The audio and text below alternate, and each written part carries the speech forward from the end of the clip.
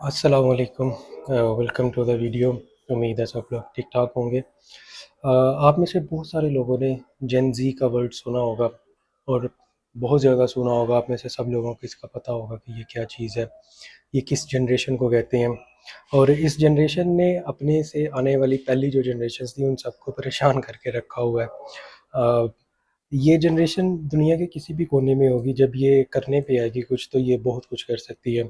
आपने देखा कि किस तरह श्रीलंका में जेन ज़ी ने इनकलाब बर्पा किया और वहाँ की हुकूमत को गिराया। फिर उसके बाद नेपाल में हुआ, फिर उसके बाद बांग्लादेश में आपने देखा कि किस तरह से एक लंबे टाइम से जो हुकूमत चल रही थी जिस पार्टी की, हसीना वाजिद को, उसको मजबूरन इंडिया भागना पड़ा और ये जेन ज़ी ने ही किया। और इस टाइम पे जेन ज़ी भूल गई थी कि हसीना वाजिद का जो ताल्लुक़ है वो ऐसे ऐसे एक ख़ानदान से है जिसने बांग्लादेश बनाया था। तो जब ये जेन ज़ी करने पे आती है तो ये किसी को नहीं देखती, ये किसी को माफ़ नहीं करती है। हाँ ठीक है, दी होंगी कुर्बानियाँ, किसी पुराने टाइम में किया होगा काम मुल्क के लिए, लेकिन अब वो गलत हो, हमें आज़ादी नहीं है, हमें बोलने नहीं दिया जा रहा, तो लिहाज़ा उन्होंने इस हुकूमत को भी रहने नहीं दिया। तो इसी जेन ज़ी से रिलेटेड एक स्टोरी आज हम डिस्कस करेंगे इस वीडियो में। आप में से बहुत सारे लोग इसको जानते होंगे, आपने वीडियो का जो थंबनेल है वो देख के भी आपको पता चला होगा कि मैं किस बारे में बात करने जा रहा हूँ। फ़र्ज़ करें कि आपको कोई बंदा आपको कहे कि तुम कीड़े-मकोड़े हो, तुम कॉकरोच हो, तुम इस तरह के कोई वर्ड्स आपके लिए यूज़ करे, तो आपको कैसा लगेगा? तो डेफ़िनेटली आपको बहुत बुरा लगेगा, आपको गुस्सा आएगा। और अगर आप एक अग्रेसिव किस्म के शख़्स हैं तो हो सकता है बात लड़ाई तक भी पहुँच जाए। तो लेकिन इसी सूरत-ए-हाल में इंडिया में एक नौजवानों का एक बहुत बड़ा ग्रुप, बहुत बड़ी तादाद है जो वो इस बात पे प्राउड फ़ील कर रही है कि उनको कॉकरोचेस कहा गया है। अब बहुत सारे लोग उसमें जो है वो खुद से शामिल हो रहे हैं कॉकरोच आर्मी में या कॉकरोच पार्टी में, खुद से शामिल हो रहे हैं, उनको इस चीज़ पे फ़ख्र महसूस हो रहा है। तो अब आप सोच रहे होंगे कि ये क्या मैं कह रहा हूँ, मैं पागल तो नहीं हो गया हूँ, किस किस्म की बातें कर रहा हूँ मैं। तो नहीं जी, मैं झूठ बोल रहा हूँ, ना ही मैं पागल हुआ हूँ, बल्कि ये सच है कि पिछले डेढ़ 2 हफ़्ते के अंदर एक इंटरनेट के ऊपर ना सिर्फ़ पाकिस्तान में, इंडिया में, बल्कि पूरी दुनिया में एक बहस छिड़ी हुई है, जिसको बहुत सारे लोग डिस्कस कर रहे हैं और इस पे हम भी आज डिस्कस करेंगे कि ये क्या था, क्यों हुआ ये, किस तरह से हुआ ये। अच्छा, ये जो पार्टी ये जो बनी है ना, कॉकरोच जनता पार्टी की मैं बात कर रहा हूँ, तो ये दिन ब दिन बड़ी होती जा रही है, इसमें लोग मेंबर्स जो हैं वो शामिल होते जा रहे हैं। पहले मैं आपको बताता हूँ कि इस पार्टी का साइज़ क्या है, ये क्यों इतना इम्पैक्ट है इसका। ये पार्टी जिसने बनाई, हम उसके बारे में भी आगे बात करेंगे, इसके फाउंडर के बारे में भी।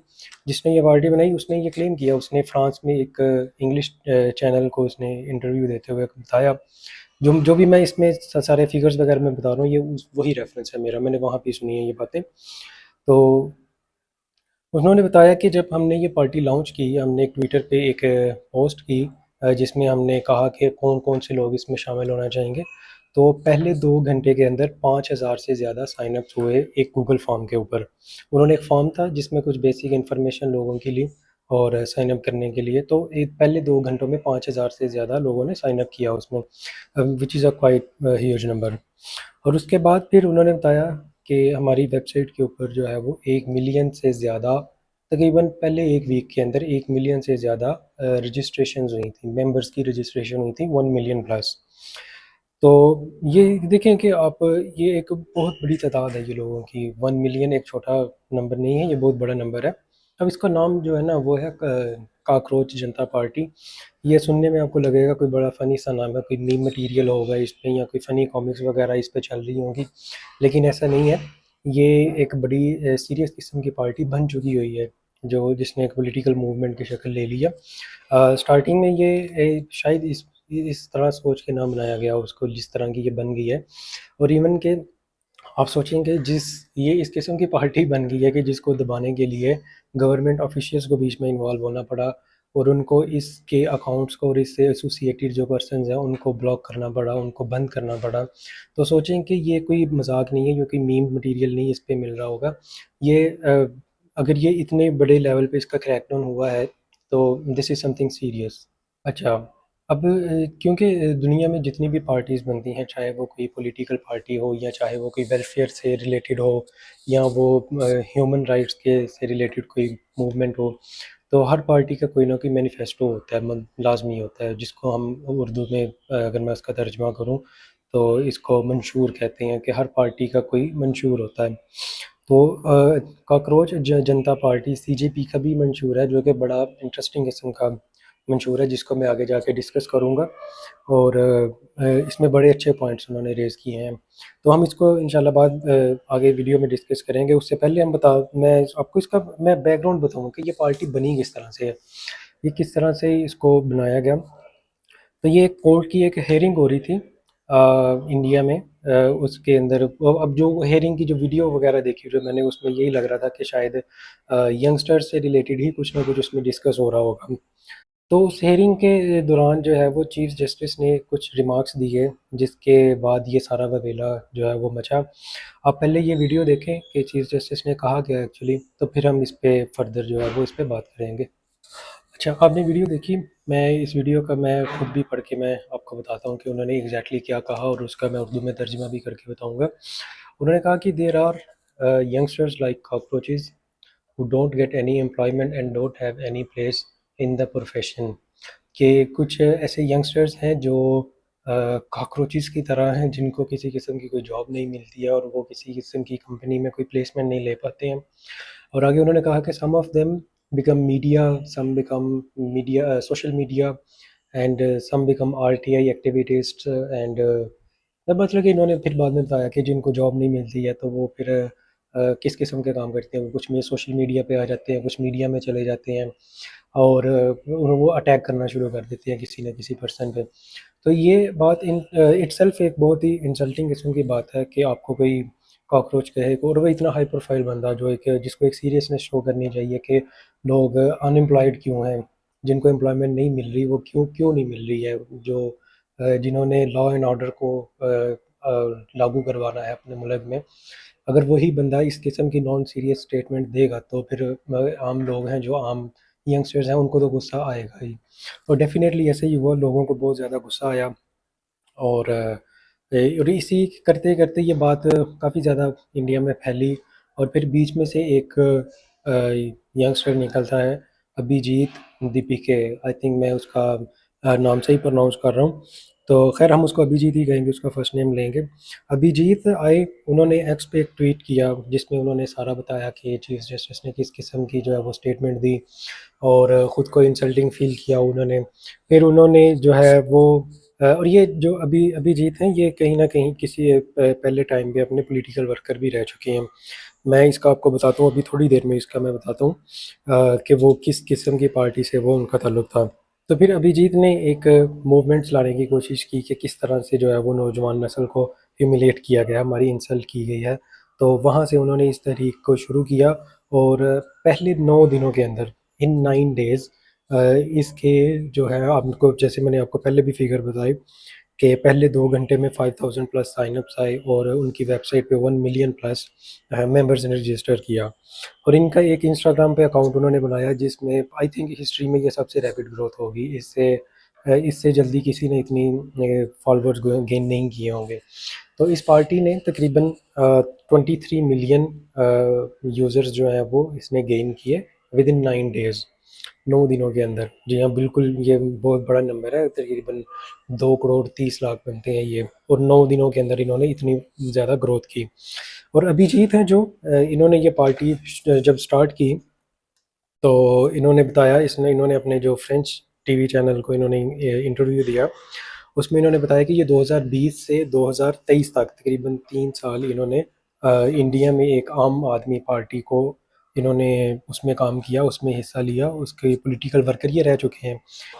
अच्छा, फिर अभिजीत ने जो मज़ीद उसमें डिस्कस किया वो ये कि ये पार्टी कोई सोची-समझी पार्टी नहीं बनी, ये एक्सीडेंटली ये पार्टी बन गई बस। और उन्होंने उन्होंने बताया कि वो खुद भी जो है वो इस चीज़ को एक्सपेक्ट नहीं कर रहे थे कि इतनी बड़ी तादाद में लोग उनके साथ जुड़ेंगे। और इसमें मुझे ना एक चीज़ मुझे नज़र आई इसमें, ये लोगों की फ्रस्ट्रेशन मुझे बहुत ज़्यादा नज़र आई, कि लोगों ने गुस्सा दिखाने की कोशिश की, मतलब कि लोगों में गवर्नमेंट को लेके बहुत ज़्यादा गुस्सा पाया जाता है। 23 मिलियन 9 दिन के अंदर फॉलोअर्स आना, ये एक किस्म का गुस्सा दिखाना ही इसी को कहते हैं। मुझे तो यही समझ लगी है इसमें।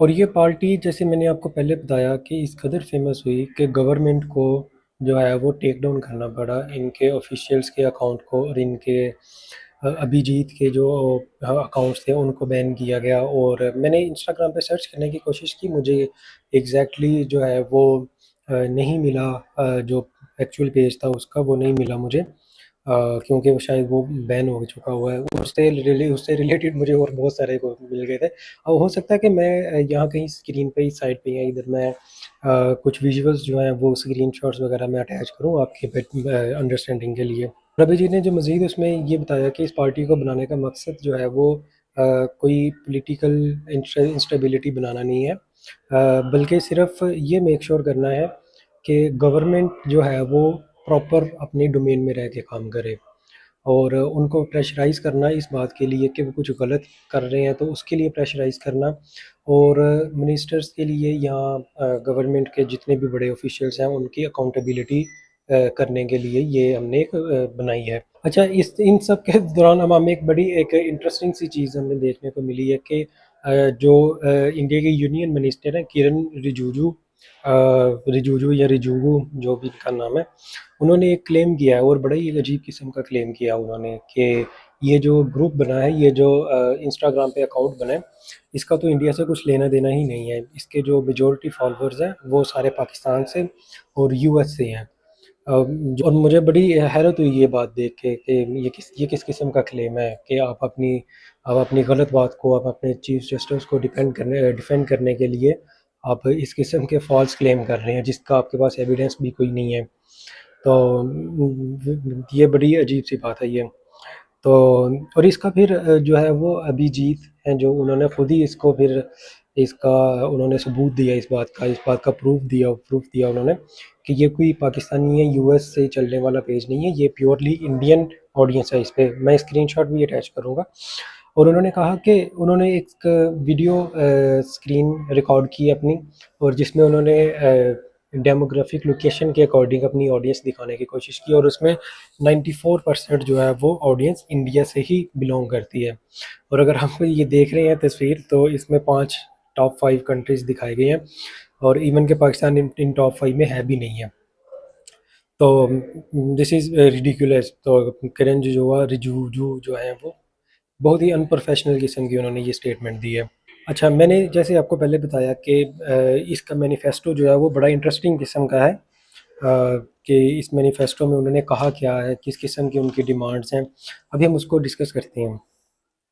अच्छा, जो इसके 5 पॉइंट उन्होंने लिखे हैं, पहला पॉइंट है वो, उसमें ये लिखा हुआ है, नो पोस्ट रिवायरमेंट अवार्ड टू जजेस, कि जो जजेस रिटायर हो जाते हैं ना, जब रिटायरमेंट के बाद उनको उनकी जो अवार्ड दिए जाते हैं, जिनको हम पाकिस्तान में, शायद वहाँ पे भी, इंडिया में भी पेंशन ही कहा जाता होगा, जो ये दिए जाते हैं, which is quite fair point, this is fair point, कि जब एक सर्व कर लेता है बंदा, वो इतनी सैलरीज भी ले चुका होता है, इतनी मौज मस्ती, वो मौज में रह रहे होते हैं ये लोग ऑनेस्टली, तो फिर रिटायर होने के बाद इनको क्यों क्यों इतने पैसे दिए जाएं।